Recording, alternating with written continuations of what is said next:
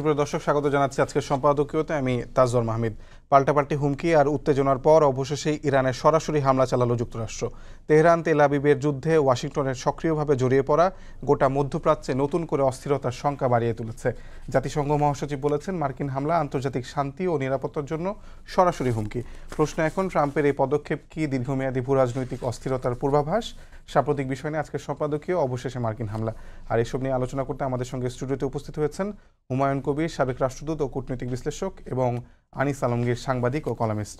দর্শক, আপনারা এই আলোচনায় অংশ নিতে পারেন, এজন্য আপনাদের ফোন করতে হবে টেলিভিশনে দেখানো নাম্বার। এছাড়া ফেসবুকের মাধ্যমে আপনাদের মন্তব্য পাঠাতে পারেন আমাদেরকে। আলোচনার শুরুতে জানিয়ে দেবে এখনকার প্রধান শিরোনামগুলো। বিতর্কিত নির্বাচনের অভিযোগে বিএনপির মামলায় সাবেক সিইসি নুরুল হুদা গ্রেফতার, আছেন ডিবি হেফাজতে। ভোটে অনিয়মের প্রতিকার চেয়ে ইসিতে চিঠি নেতাদের।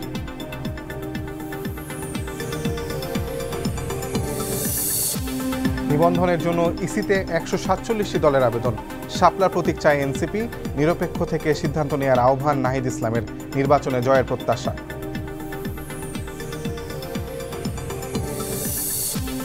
জুলাই হত্যাযজ্ঞের বিচারে স্বাধীনভাবে কাজ করছে ট্রাইব্যুনাল, বললেন প্রধান উপদেষ্টা।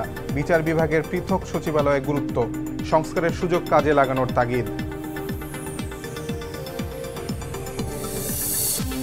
শান্তিপূর্ণ ক্ষমতার হস্তান্তর চায় যুক্তরাষ্ট্র। বিএনপির সঙ্গে মার্কিন প্রতিনিধির সাক্ষাৎ। অংশগ্রহণমূলক ভোট চায় জাপান।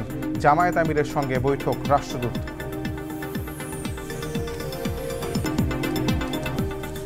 আলোচনায় আসি। সহজেই শুরুতে সহজ একটি প্রশ্ন হুমায়ুন কবির স্যার, আপনাকে দিয়ে শুরু করতে চাই।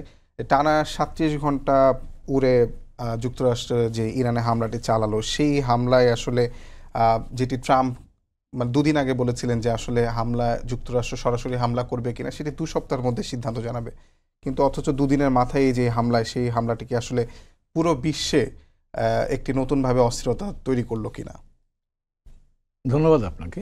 কিছু অংশে অস্থিরতা তো তৈরি করলোই। তার কারণ হচ্ছে যে এটা শুধুমাত্র যে মার্কিন সামরিক হামলা তা নয়, এর মধ্য দিয়ে কিন্তু মধ্যপ্রাচ্যে ইরানের সাথে ইসরায়েলের সম্পর্ক এবং মার্কিন যুক্তরাষ্ট্রের সাথে ইরানের সম্পর্ক, প্লাস মধ্যপ্রাচ্যে গত ধরেন 2003 সাল থেকে যদি আমরা ধরি, তারও আগে থেকে 91 সাল থেকে যে ধরনের চড়াই উতরাই চলছে, তার মধ্যে একটা নতুন সংযোজন হলো এই মার্কিন যুক্তরাষ্ট্রের ইরানে পারমাণবিক স্থাপনার উপর হামলার মধ্য দিয়ে। এবং এখানে একটা সামরিক দিক আছে, সেটা হচ্ছে যে আমরা জানি যে এগুলোকে তারা B-52 বোমার্স দিয়ে বাংকার বাস্টার বম্বস তারা ব্যবহার করে এটা ধ্বংস করেছে। এখন কতখানি হয়েছে ধ্বংস কি সেটা বিতর্কে না গিয়েও বলা যায় যে এখানে মার্কিন যুক্তরাষ্ট্র ইসরায়েল এবং ইরানের মধ্যে যে যুদ্ধটা চলছিল তাতে ইসরায়েলের পক্ষ হয়ে অংশগ্রহণ করলো, এবং সেটা আমি মনে করি যে এর একটা দীর্ঘমেয়াদী প্রতিক্রিয়া হবে বিভিন্নভাবে। একটা ধরুন যদি হয় যে এখন ইরান, মার্কিন যুক্তরাষ্ট্র কিন্তু ইরানের প্রতিপক্ষ, সরাসরি প্রতিপক্ষ। এখন ইরান বলছে, এবং তার আগেও বলেছে, এখনও বলছে যে তারা আঘাত পেলে প্রত্যাঘাত করবে। এখন সেটা প্রত্যাঘাত কিভাবে হবে সেটা এখনো পরিষ্কার নয়, কিন্তু গতকাল পর্যন্ত সারা পৃথিবী তাকিয়েছিল ট্রাম্প অথবা মার্কিন যুক্তরাষ্ট্র কি সিদ্ধান্ত নেয় তার দিকে। এখন কিন্তু আবার সকলের দৃষ্টি নিবদ্ধ হয়েছে ইরান কি সিদ্ধান্ত নেয়, কারণ ইরানের সিদ্ধান্তের উপরে নির্ভর করছে এই যুদ্ধটা কি সীমিত যুদ্ধ থাকবে নাকি আরো বিস্তৃত হবে। তো কাজে ইরানের সিদ্ধান্তের উপর, কিন্তু আমার যেটুকু মনে হচ্ছে আপাত দৃষ্টিতে ইরান তার সুযোগ এবং সময় মতে সিদ্ধান্ত নেবে তারা কি করবে, কিন্তু এই মুহূর্ত পর্যন্ত তারা এই যুদ্ধটাকে সীমিত রাখতেই আগ্রহী, এটা আমার কাছে মনে হচ্ছে। তার কারণ ইরান যদি এই যুদ্ধটাকে বিস্তৃত করে, মার্কিন বাহিনীর উপর যদি আক্রমণ করে, মার্কিন স্থাপনার উপর যদি আক্রমণ করে, নিশ্চিতভাবে মার্কিন যুক্তরাষ্ট্র আরও শক্তি নিয়ে ইরানের উপর আক্রমণ চালাবে, যেটা প্রেসিডেন্ট ট্রাম্প বলেছেন যে তোমরা যদি শান্তিপূর্ণভাবে এটা শেষ না করো তাহলে আরও জটিলতা বাড়তে পারে, হুমকিও তিনি দিয়েছেন। তো কাজেই এখানে এই সামরিক বিষয়টা একটা বিষয় আছে। দ্বিতীয় যে বিষয়টা আমার কাছে মনে হয় খুব বড় গুরুত্বপূর্ণ, সেটা হচ্ছে যে মার্কিন যুক্তরাষ্ট্র বা ধরেন যাদেরকে আমরা পরাশক্তি বলি বা প্রধান শক্তি বলি, তাদের একটা দায়িত্ব কিন্তু থাকে বিশ্বের শান্তি এবং নিরাপত্তাকে নিশ্চিত করা, এবং জাতিসংঘের নিরাপত্তা পরিষদে 5 জন স্থায়ী সদস্য যাদেরকে ভেটো পাওয়ার দেওয়া হয়, তাদেরকে দেয়া হয়েছে এই যুক্তিতে যে তারা সহমতের ভিত্তিতে বিশ্বে শান্তি এবং নিরাপত্তা বজায় রাখতে ইতিবাচক ভূমিকা পালন করবেন সক্রিয়ভাবে, সেজন্যই দেওয়া হয়েছে। এখন মার্কিন যুক্তরাষ্ট্র এই যুদ্ধে জড়িয়ে যাওয়ার ফলে যেটা দাঁড়ালো, তাদের যুক্তি হচ্ছে ইরানকে আমরা পারমাণবিক অস্ত্র তৈরি করতে দেব না। সেটা একটা অবস্থান হতে পারে, কিন্তু এই আক্রমণের মধ্য দিয়ে মার্কিন যুক্তরাষ্ট্র যে কাজটা করলো সেটা হচ্ছে তাদের উপর অর্পিত যে আন্তর্জাতিক দায়িত্ব আছে সেই দায়িত্বটা থেকে কিন্তু তারা সরে গেল, এবং ফলে যেটা হয় যে এখন মার্কিন যুক্তরাষ্ট্র মনে করা হতো মার্কিন যুক্তরাষ্ট্র শান্তি এবং স্থিতিশীলতার পক্ষে কাজ করবে, এখন তো আর সেই যুক্তি তার পক্ষে আর সেটা ব্যবহার করতে পারবে না। এবং এখন যদি ধরেন ইউক্রেনে পুটিন সাহেবের সাথে চেষ্টা করছিলেন প্রেসিডেন্ট ট্রাম্প শান্তি আলাপ আলোচনার মধ্য দিয়ে ইউক্রেনের শান্তি আসবেন, কারণ যেই দোষে আপনি পুটিন সাহেবকে দুষবেন ইউক্রেন আক্রমণের জন্য, এখন তো মার্কিন যুক্তরাষ্ট্র একই দোষে দুষ্ট হয়ে গেল। তো কাজেই তার মার্কিন যুক্তরাষ্ট্রের নৈতিক অবস্থান, হ্যাঁ অনেকে হয়তো বলবেন যে আন্তর্জাতিক ক্ষেত্রে আবার নৈতিক ব্যবস্থা কোনো কাজে আসে, এটাও ঠিক, কিন্তু তারপরেও একটা নৈতিকতার ন্যূনতম মানদণ্ড আছে, প্রত্যাশার মানদণ্ড আছে। তো সেই জায়গা থেকে কিন্তু মার্কিন যুক্তরাষ্ট্র নিজের অবস্থানটাকে ক্ষতিগ্রস্ত করল। আর লাস্ট যেটা বলবো, যেটা দীর্ঘমেয়াদে ক্ষতির কারণ হতে পারে বলে আমি আশঙ্কা করছি, এনপিটি নিউক্লিয়ার নন প্রলিফারেশন ট্রিটি, যেটা 68 সালে স্বাক্ষরিত হয়েছিল, 70 সাল থেকে চালু আছে। পৃথিবীর প্রায় বেশিরভাগ দেশই এই এনপিটিতে স্বাক্ষর করেছে, এবং তাতে নিউক্লিয়ার পাওয়ার্স যারা আছে 5 নিউক্লিয়ার পাওয়ার্স তাদের দায়িত্ব নির্ধারিত করা আছে, এবং যারা নন নিউক্লিয়ার পাওয়ার তাদেরও দায়িত্ব নির্ধারিত করা আছে। কাজেই এই ভিত্তিতেই কিন্তু আপনি গত 70 থেকে যদি ধরেন 30, 50, 55 বছর ধরে আন্তর্জাতিকভাবে এই পারমাণবিক শক্তির ব্যবহারটা নির্ধারিত হয়ে আছে। এখন যে জায়গাটা হলো, ইরানের উপর যখন এই আক্রমণটা হয়েছে, ইরান এনপিটির সদস্য, কাজে তাকে আপনি এনপিটির আওতায় যত রকমের শাস্তি দিতে চান বা তার বিরুদ্ধে যে কোনো ব্যবস্থা নিতে চান আপনি নিতে পারেন, কিন্তু যখন আপনি তার উপর সামরিক আক্রমণ করলেন, তখন ইরান এখন যদি সিদ্ধান্ত নেয় তারা এনপিটি থেকে বেরিয়ে যাবে, তারপরে কি হবে? এবং এর আগে আরেকটা দৃষ্টান্ত দিই, উত্তর কোরিয়া এনপিটি থেকে বেরিয়ে গিয়ে কিন্তু তার সামরিক পারমাণবিক অস্ত্র তৈরি করে। তো কাজে ইরানকে আপনি যে পারমাণবিক অস্ত্র তৈরি না করার জন্যে আক্রমণটা চালালেন তার বিরুদ্ধে, সে যদি এনপিটি থেকে বের হয়ে গিয়ে আরেক পারমাণবিক অস্ত্র তৈরি করে, তখন তার বিরুদ্ধে কী ব্যবস্থা নেওয়া যাবে? এবং তার আরেকটা যেটা ভয়ঙ্কর পরিণতি বা ভয়ঙ্কর প্রতিক্রিয়া হওয়ার আশঙ্কা করা যেতে পারে, ইরান পারমাণবিক অস্ত্র যদি নেন, আন্তর্জাতিক এই এনপিটি পর্যায়ে আলাপ আলোচনা আছে, সৌদি আরব চেষ্টা করবে তারও পারমাণবিক শক্তিধর রাষ্ট্র হতে। যদি সৌদি আরব পারমাণবিক শক্তিধর রাষ্ট্র হয়, তাহলে টার্কিও চেষ্টা করবে আমিও পারমাণবিক শক্তিধর দেশ হই, কারণ ওই সবগুলি দেশে কিন্তু তারা ওই অঞ্চলের বড় শক্তি হিসাবে আবির্ভূত হতে আগ্রহী। সেটা যদি হয়, টার্কি হলে ইজিপ্ট বলবে যে আমি কেন হব না, আমারও তো সেই শক্তি থাকা দরকার। তো তার অর্থ কি দাঁড়াবে, যে পারমাণবিক পারমাণবিক শক্তির ব্যবস্থাপনা নিয়ে বিশ্বব্যাপী যে কাঠামোটা তৈরি হয়ে আছে গত 55 বছর ধরে, সেই কাঠামোটা ভেঙে পড়বার একটা আশঙ্কা কিন্তু তৈরি হয়েছে। এবং সেটা হলে কারোর জন্য, আমরা যারা পারমাণবিক অস্ত্রধারী দেশ নই, অপারমাণবিক দেশ, তাদের জন্য তো বিপদ আছে। যারা পারমাণবিক শক্তিধর দেশ তাদের জন্য বিপদ হবে। এবং একবার যদি আপনি পারমাণবিক লিকেজ হয় বা রেডিয়েশন হয়, সেটা পৃথিবীর সর্বত্র ছড়ানোর আশঙ্কা। এবং আপনি লক্ষ্য করবেন, গত মাসেই তো পাকিস্তান ইন্ডিয়া যুদ্ধের সময়তে প্রেসিডেন্ট ট্রাম্প আগ বাড়িয়ে পাকিস্তান ইন্ডিয়াকে যুদ্ধ থামাবার জন্য বলেছেন। তার কারণটা কি? ভয় ছিল যে পারমাণবিক বিকিরণ ছড়িয়ে পড়ে কিনা, যদি পারমাণবিক অস্ত্রের উপর বা কেন্দ্রের উপর যদি হামলা হয়, এটা বাইরে ছড়িয়ে পড়তে হবে, এবং সেটা কিন্তু বাতাসের সাথে ছড়াবে, কাজে কোনো সীমানা মানবে না, যে কোনো মানুষ এতে ক্ষতিগ্রস্ত হওয়ার আশঙ্কা আছে। তো কাজে এটাও কিন্তু আরেকটা ভয়ঙ্কর চেহারা। কাজে আজকে থেকে আমার ধারণা, আজকের এই মার্কিন সিদ্ধান্তটা সুদূর প্রসারী প্রতিক্রিয়া তৈরি করতে পারে। অসংখ্য ধন্যবাদ স্যার। আনিস আলমগীর ভাই, আপনার কাছে জানতে চাই যে আপনি সম্ভবত ইরান সফরও করেছেন। ইস্পাহান, নাতানজ এবং ফোর্দো, এই যে তিনটি জায়গায় যেখানে আসলে পারমাণবিক স্থাপনা ছিল বলে মার্কিন যুক্তরাষ্ট্র দাবি করছে এবং সেখানে হামলা চালিয়েছে, তারা বলছে যে এগুলো ধ্বংস করতে সক্ষম হয়েছে। তো মানে পারমাণবিক, আবার ইরান অপরদিকে তারা অস্বীকার করছে যে না, কোনো ক্ষয়ক্ষতি হয়নি। যদি কোনো পারমাণবিক স্থাপনা ধ্বংস করা হয় সেখানে আসলে বিকিরণ ছড়িয়ে পড়ার সম্ভাবনা থাকে কিনা, যেটি স্যার একটু আগে উল্লেখ করছিলেন, এবং এটি আসলে ইরান যে পাল্টা হুমকিটা দিচ্ছে যে মার্কিন যে সামরিক ঘাঁটিগুলো আছে আশপাশে সেগুলোতে তারা সরাসরি হামলা চালাবে, এটা আসলে কতটা তাদের সক্ষমতা আছে বলে আপনি মনে করেন? প্রথমত বলি যে পারমাণবিক স্থাপনায় হামলার যে বিষয়টা, দুই পক্ষ থেকে নিশ্চিত করা হয়েছে যে এই ধরনের কোনো এখনো পর্যন্ত রেডিয়েশন হওয়ার মতো কোনো কার্যক্রম ঘটেনি। এটা একটা মানে সুখবর বলতে পারি আমরা ওয়ার্ল্ডের জন্য, এখানে হয় নাই। আর ইরান যে বলছে যে হামলা তারা করেছে, আংশিক করেছে, এমন কিছু করতে পারেনি। আর অন্য খবরে বলা হচ্ছে তাদের যে স্থাপনা কিছু রেডিয়েশন হওয়ার মতো যে জিনিসপত্র যদি থাকে তারা এটা সরিয়ে নিয়েছে। কি হবে এখন, পরবর্তীতে কি পর্যক্রম হবে তা না, কিন্তু তারা যে ক্ষতিগ্রস্ত হয়েছে এটা অস্বীকার করার কিছু নাই। ইরানও সেটা অস্বীকার করে নাই, 3 জায়গায় হামলা হয়েছে সেটা স্বীকার করছে, কিন্তু বলছে তেমন ক্ষতি হয় না। তেমন ক্ষতি না হলেও এই যে আপনি যেটা পরে জিজ্ঞেস করলেন, এটার প্রতিক্রিয়া তারা কি করতে পারে, এখন এটার প্রতিক্রিয়া তারা করতে পারে আমেরিকার যে স্বার্থ যেখানে যেখানে আছে মিডল ইস্টে, সেখানে হামলা করতে পারে।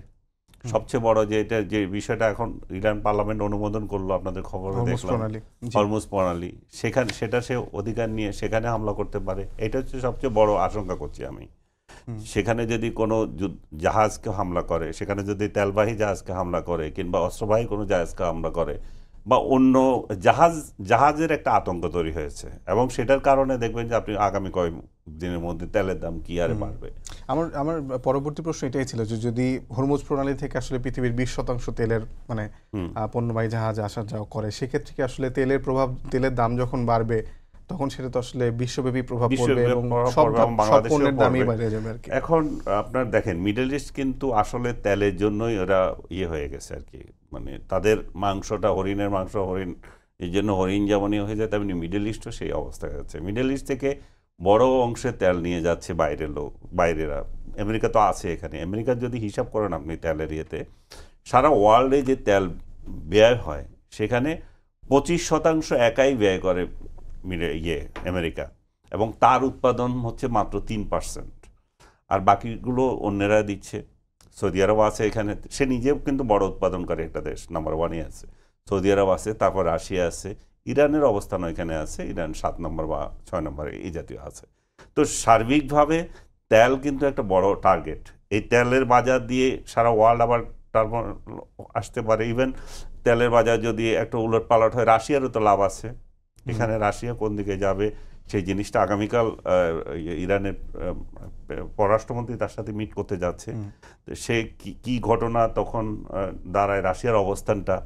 আমি ব্যক্তিগতভাবে বিশ্বাস করি রাশিয়া, চায়না এগুলো কিন্তু আসলে লিভ সার্ভিস দেবে, এগুলো ডাইরেক্ট কিন্তু ইনভলভ হবে না। ভাই বলছিলেন যে বিশ্বের মোড়লেরা ঠিক করে কে কীভাবে চলবে, এটা আমরা যেটাকে ভাষায় বলেন ওনারা যে ওয়ার্ল্ড অর্ডার, যে মুরব্বীরা ঠিক করে কীভাবে চলবে। সেই ওয়ার্ল্ড অর্ডারটা যদি খেয়াল করে থাকেন, দ্বিতীয় বিশ্বযুদ্ধের পর চেঞ্জ হয়ে গেছে। চেঞ্জ হয়ে এটা সোভিয়েত রাশিয়া প্লাস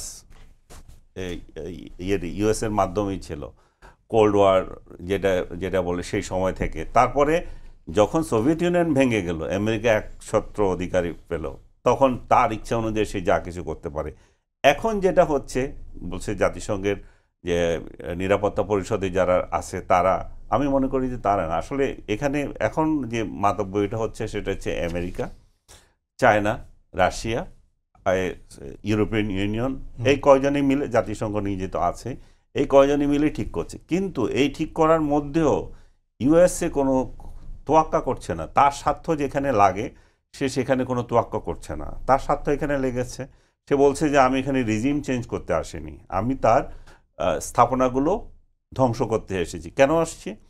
87 সাল থেকে এখানে যে সরকার প্রতিষ্ঠা হয়েছে, আজকে মনে করেন 45 বছর হয়ে গেছে, এই সরকারটা আমার যে মিত্র তার জন্য হুমকি।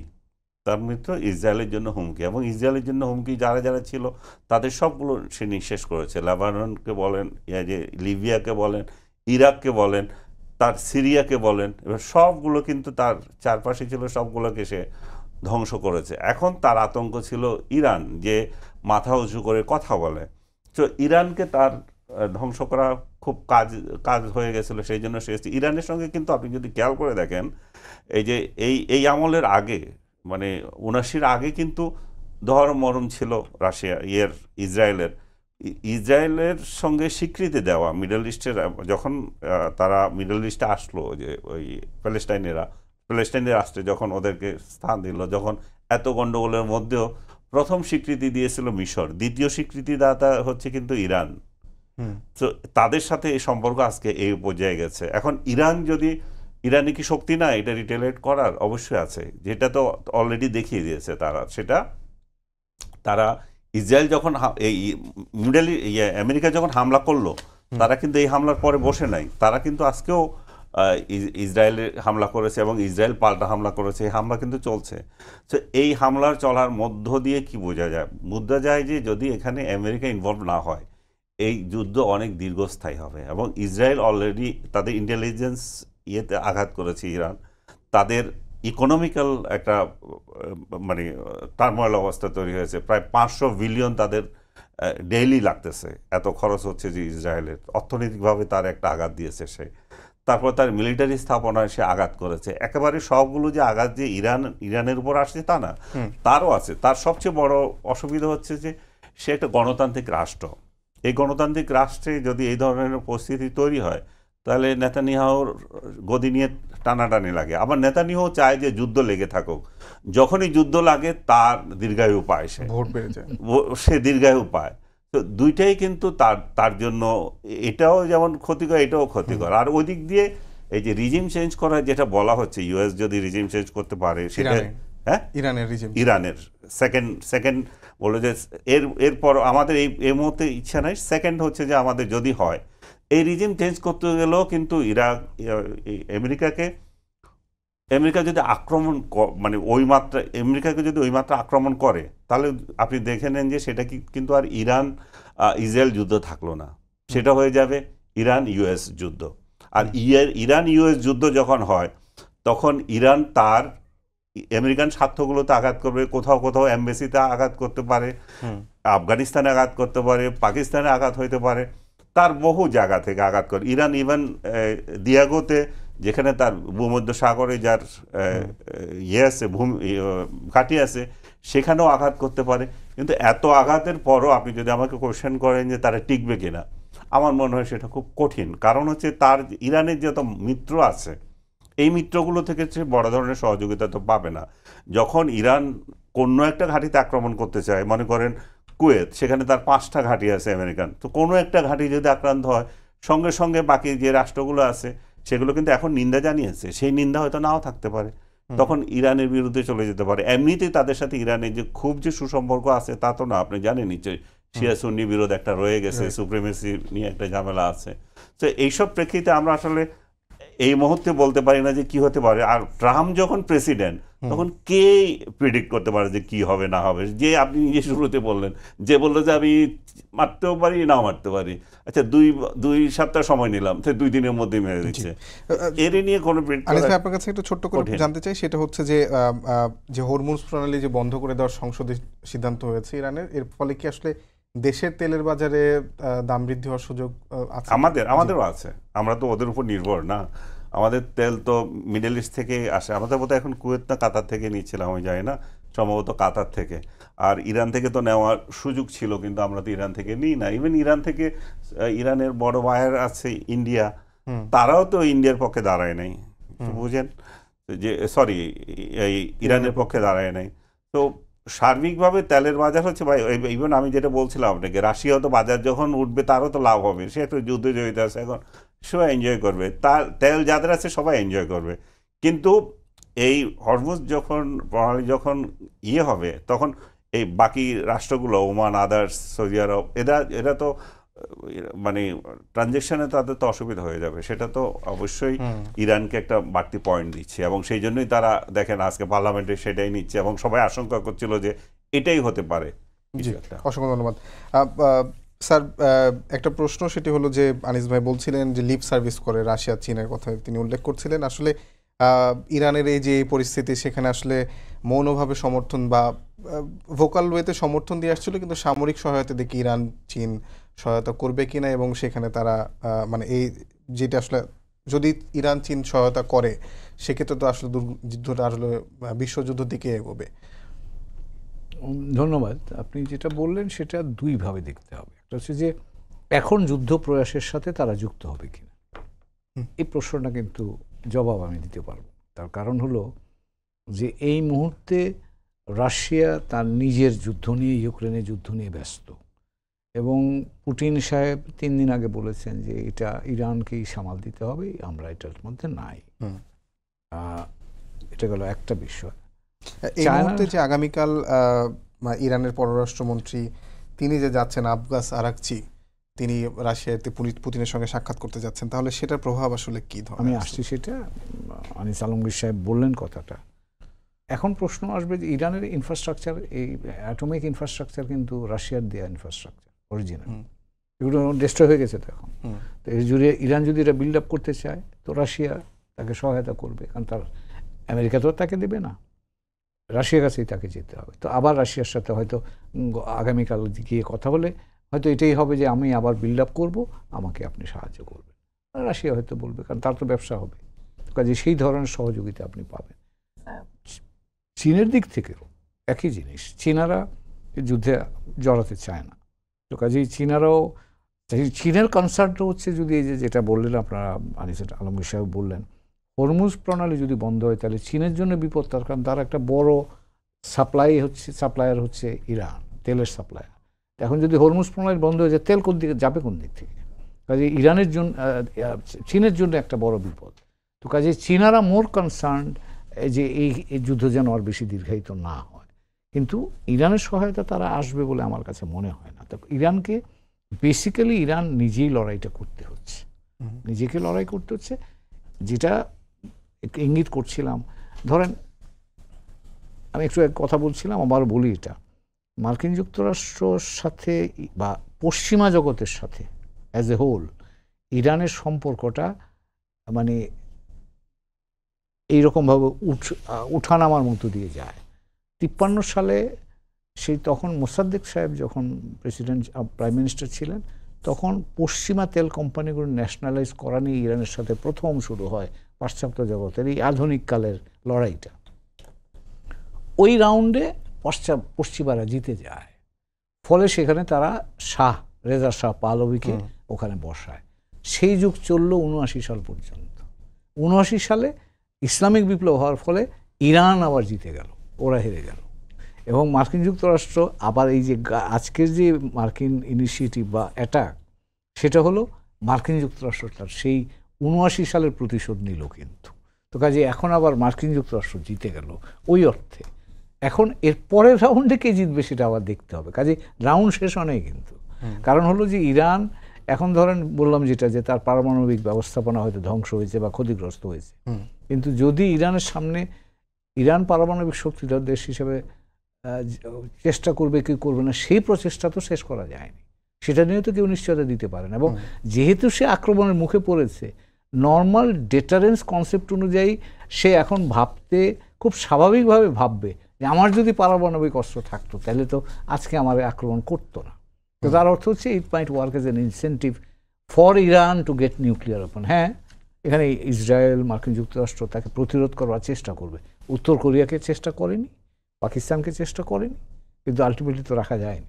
তো কাজেই একটা জাতি যদি ডিটারমিন হয় এবং সে যখন তার জাতিগত মর্যাদাটাকে যদি মনে করে যে আমার মর্যাদাটা গুরুত্বপূর্ণ, সেই জায়গায় আপনি তাকে ঠেকাতে পারবেন না। তো কাজেই আমার ধারণা এই পশ্চিমের সাথে ইরানের যে দ্বান্দ্বিক সম্পর্ক, সেই সম্পর্কটার এই আরেকটা স্তর হয়তো আজকে আমরা পার করছি বা আগামী কয়েকদিন হয়তো চলবে, এরপরে আবার আরেকটা স্তর কিন্তু আছে, এবং সেটা কীভাবে শেপ আপ করবে এই মুহূর্ত পর্যন্ত বলা যাচ্ছে। জি, অসংখ্য ধন্যবাদ।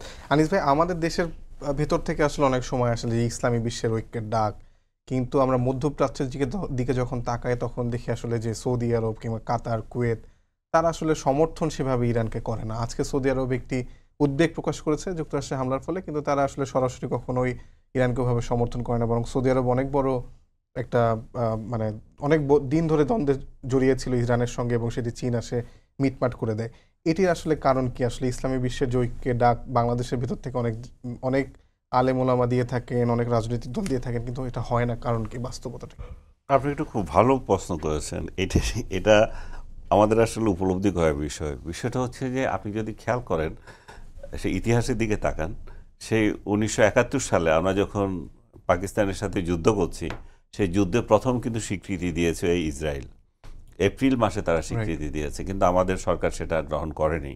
পরবর্তীতে যখন স্বাধীনতার যুদ্ধ হলো, তখনও তারা স্বীকৃতি যখন চাইলো, আমাদের মহান নেতা বঙ্গবন্ধু শেখ মুজিবুর রহমান বললেন যে না, আমরা এটা স্বীকৃতি দেব না।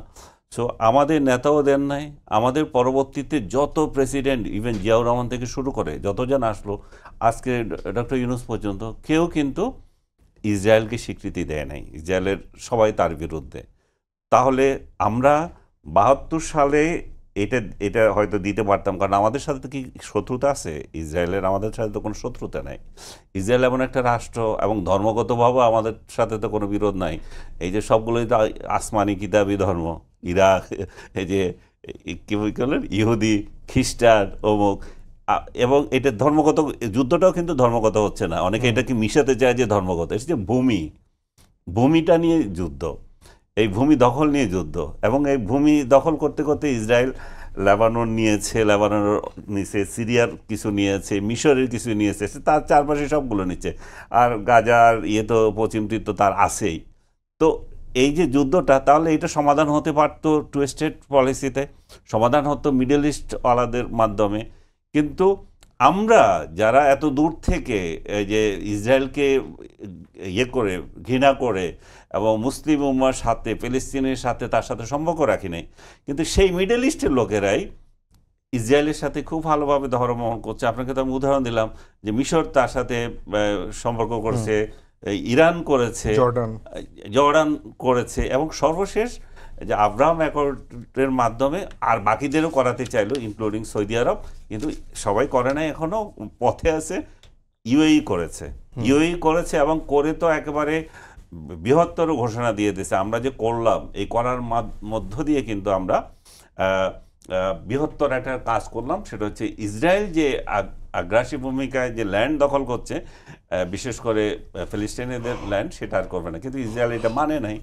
ইসরায়েল এখনো তো সেই দখলের মধ্যেই আছে। এবং এরপরে কি হলো? এরপরে তো একের পর এক যুদ্ধ চালিয়ে গেল গাজার বিরুদ্ধে, এখনো ইভেন এই যুদ্ধের মধ্যেও মারছে। তার মানে কি, পুরো মিডল ইস্টে আমরা যতটা মিডল ইস্টের জন্য যা ত্যাগ স্বীকার করলাম, আমাদের মৌলভী সাহেবরা এখানে যে মিছিল মিটিং আমরা যেটা করলাম, আন্তরিকভাবে করলাম, এবং করা উচিত। আমাদের সরকার, সেই আমি যে শুরু করছিলাম বঙ্গবন্ধু থেকে শুরু করে আজ পর্যন্ত সবাই সেটা মেনে নিচ্ছে। আমি জানি না ভেরি রিসেন্ট আক্রমণে বাংলাদেশ কেন এখনো দেয় নাই। হুমায়ুন ভাই, আপনি দেখেছেন কোনো নিন্দা জানাইছে?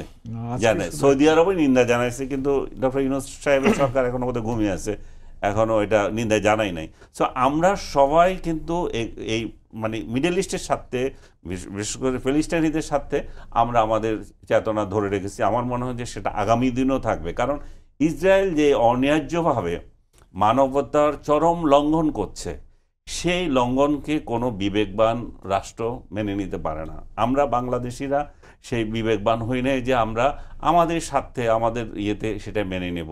কিন্তু এটা একটা অলিখিত কথা, আপনাকে আমি বলে যাই, এটা আপনি দেখবেন, যদি সৌদি আরব ডিসিশন নেয় যে ট্রাম্প চাপ দিল যে এর সাথে সম্পর্ক করতে হবে ইসরায়েলের সাথে, বাংলাদেশ কিন্তু ওই মাসেই, ওই সপ্তাহে করবে, এটাতে কোনো সন্দেহ নাই। মানে সৌদি আরব করবে না বাংলাদেশ করবে? সৌদি আরব যদি করে, সৌদি আরব যদি কূটনৈতিক সম্পর্ক স্থাপন করে, বাংলাদেশ করবে। বাংলাদেশের মক্কাতে, তো বাংলাদেশ তখন আর না করবে না, এবং করতেও পারবে না। বাংলাদেশের পয়েন্ট পলিসি, আমার ভাই এখানে আছে, উনি মাইন্ড করবেন হয়তো, বা আমার অডাসিটি, আনিস, এগুলো কি বলে, আমরা কি করছি, ওনাদের ফরেন পলিসি চায়না আর সৌদি আরব ঘিরে, বাকিগুলো হচ্ছে খুচরা। আপনারা যেগুলো দেখেন আমেরিকা, তারপরে ভারত, এগুলো হচ্ছে বাকি কাহিনী। তো সেই অর্থে ওনারা কিন্তু এটা মেনে নেবেন। আর ইসরায়েল এখনও যেটা চলতেছে, ইরানের সাথে যেটা চলতেছে, সেটাও তো একই উদ্দেশ্য। বলছে যে আলোচনার টেবিলে আসতে হবে। আর আলোচনার টেবিলে আসা মানে কি? আলোচনার টেবিলে আসা মানে হচ্ছে বাধ্য করা যে 0% আপনার ক্ষমতা থাকবে আপনার ইউরেনিয়াম আর্নের ক্ষেত্রে। ইউরেনিয়ামের বর্তমানে আর চুক্তি যেটা হয়েছিল তাদের সাথে 5 জাতি 6 জাতির যেটা চুক্তি হয়েছিল, সেখানে বোধহয় <5% ছিল। আর সেই জায়গায় এখন ট্রাম্প তাকে বাধ্য করবে যে 0% আনো, তার মানে ইউরেনিয়াম তুমি সংগ্রহই করতে পারবে না। সেই নাকে খত দিয়ে আপনার ইরানকে হয়তো বাধ্য করতে পারে, কিন্তু ইরান কতটা বাধ্য হবে আমরা সন্দিহান। হুমায়ুন ভাইও বলছেন যে সন্দিহান, কারণ ইরান এমন একটা দেশ, সেটা অন্য দেশগুলোর মতো না, মিডল ইস্টে অন্য দেশগুলোর মতো না। তাদের যে কাঠামো তারা গত 45 বছরে তৈরি করেছে, একজন গেলে আরেকজন আসবে এবং এত সহজে তারা চলে যাবে না। এবং তাদের ল্যান্ড, তাদের দেশ এত বড়, ইসরায়েলের সঙ্গে যেহেতু তুলনা করলে 75 গুণ বড় একটা রাষ্ট্র।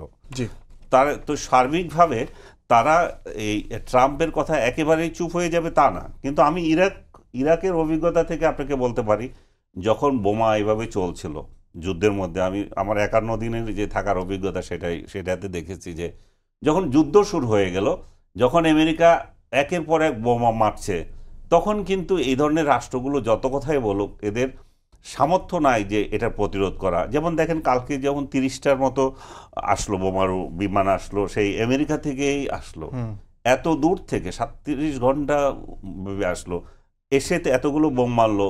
বোম 15টা না 30টা, 15টা বোধহয় বিমান। তো এতগুলো যখন বোম মারলো, 15টা বিমানে যখন বোম মেরে যাচ্ছে, তখন ইরান কি করেছে? ইরান কি একটা গুলি ছুড়েছে? পারছে? হয় তাদের এখানে তাদের যন্ত্রপাতি বিকল ছিল, কিংবা তারা নীতিগত সিদ্ধান্ত নিয়েছে না আমরা এর মধ্যে পারবো না।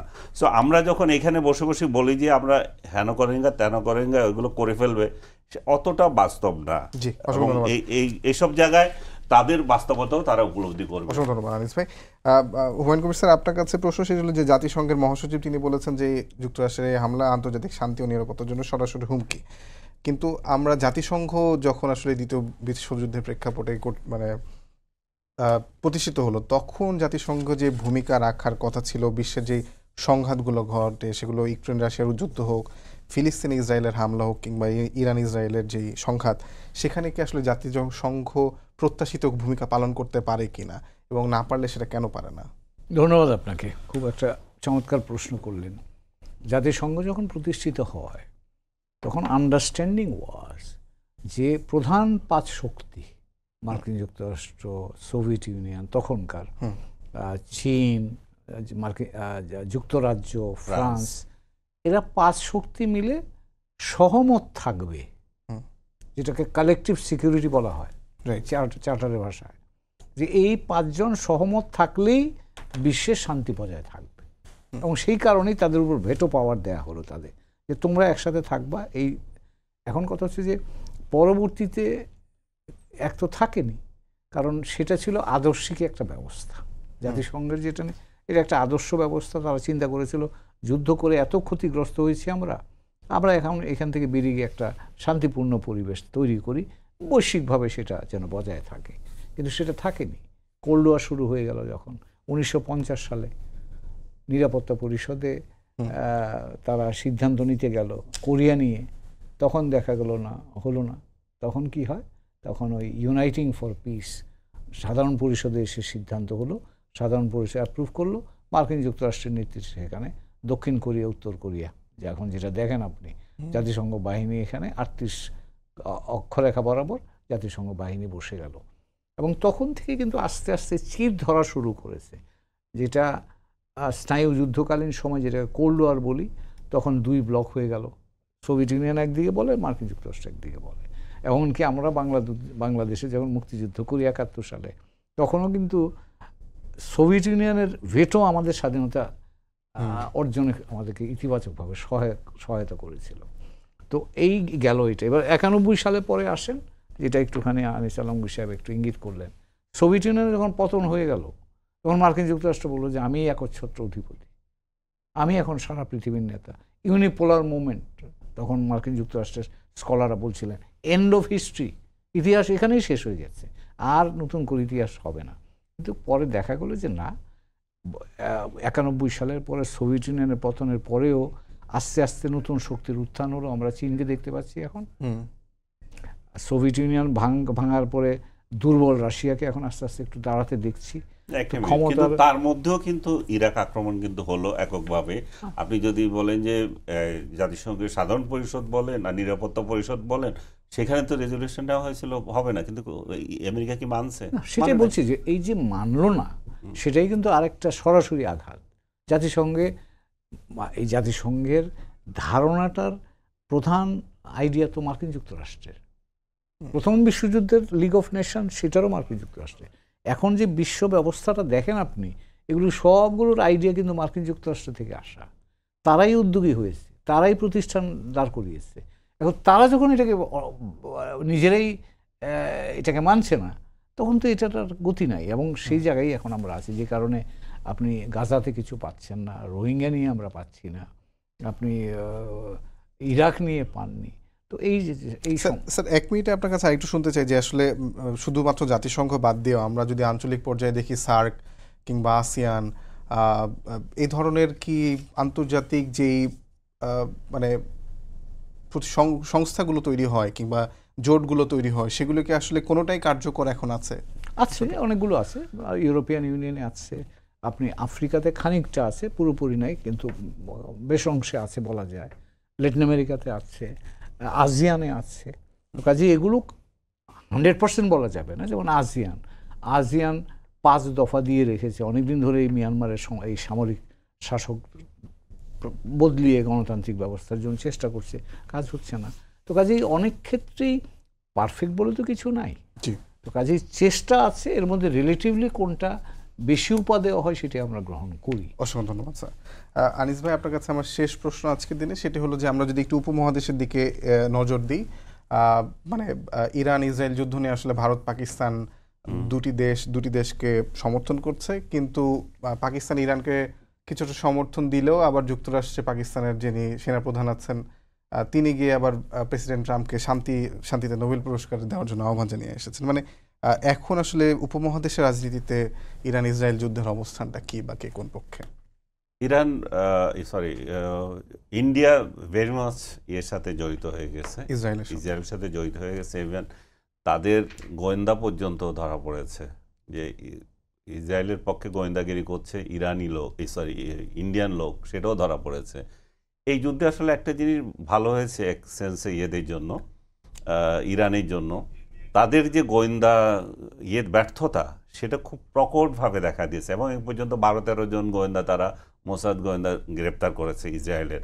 সেটা কিন্তু একটা বড় ধরনের সাফল্য তাদের। এর মধ্যে এখন আপনি বলছেন পাকিস্তানের বিষয়টা। পাকিস্তান দেখেন এমন একটা রাষ্ট্র, তার পক্ষে বড় কিছু করা সম্ভব না। তার একটা হচ্ছে পাওয়ার, নিউক্লিয়ার পাওয়ার, এবং এই নিউক্লিয়ার পাওয়ার তার জন্য এখন বড় ধরনের থ্রেটও। আপনি আজকে লিখিত নেন, যদি ইরানকে নিঃশেষ করা যায়, মিডল ইস্টের অন্য দেশগুলো 2-1টাকেও আক্রমণ সে করবে, সিরিয়াকে আবার ভালো করে অ্যাটাক করবে, আর এর পরবর্তী টার্গেট হবে পাকিস্তান, এরপর টার্কি। এই 2টা দেশকেও সে করবে, কারণ এই 2টা দেশ তার জন্য হুমকি সে মনে করে। টার্কিও ভাই বললেন যে ক্ষমতা রাখে যে পারমাণবিক অস্ত্র বানানোর, পাকিস্তানের কাছে তো আছে, এবং পাকিস্তান অন্য দেশকেও দিয়ে দিতে পারে, সেটাও তাদের একটা মানে আতঙ্কের মধ্যে আছে। মূলত আসলে আমেরিকা যেভাবে এই শান্তি প্রক্রিয়ায় অংশ নেওয়ার কথা ছিল, সেই আপনি যদি পুরনো আমল থেকে দেখেন, তারা যে এইটাতে ইয়াসির আরাফাত থেকে শুরু করে যখন এই প্রক্রিয়া শুরু করে, তখন নোবেল পায় আবার শান্তির জন্য, সেই অর্ডারগুলো কিন্তু আর নাই। ও বারাক ওবামা পর্যন্ত ছিল, বারাক ওবামাই কিন্তু এই চুক্তিটা করেছিল যে তারা নিয়ন্ত্রণ করার, যে ইউরেনিয়াম নিয়ন্ত্রণ করে তাদেরকে নিরস্ত্রকরণের সহযোগিতার যে বিষয়টা ছিল, সেটা ট্রাম্প এসে সেটা ভেঙে ফেললো। এবং এই ভেঙে ফেলার মধ্য দিয়ে এতদিন ধরে যে একটা ইমেজ ছিল আমেরিকার, তারা একটা ব্রোকার হিসাবে কাজ করছিল, দুই দেশের শান্তি প্রতিষ্ঠা কাজ করছিল। এখন সে চরম মানে ডিসঅনেস্ট একটা ব্রোকার হিসাবে পরিচিত হয়েছে। তাকে আর কেউ বিশ্বাস করবে না, মিডল ইস্ট আর কেউ বিশ্বাস করবে না। এখন গদি রাখার জন্য হয়তো তাকে অন্য দেশগুলো মানে সম্পর্ক রাখবে, কিন্তু জনগণের দিক থেকে যদি আপনি চিন্তা করেন তাহলে জনগণ কিন্তু একটাও এখানে ছাড়বে না। আর ইরান তো মরে গেলেও আবার একটু দাঁড়ানোর চেষ্টা করবে। এখন ইসরায়েল বলেছে যে তার অন্তত 40% মিসাইল বাকি আছে ক্ষমতা না সে ধ্বংস করেছে মানে 60% তো আছে, এবং এই 60%ই তার জন্য এখনো আতঙ্ক হিসাবে আছে, এবং তাদের তো সক্ষমতা আছে আবারও বানানোর। অসংখ্য ধন্যবাদ আপনাদের দুজনকেই।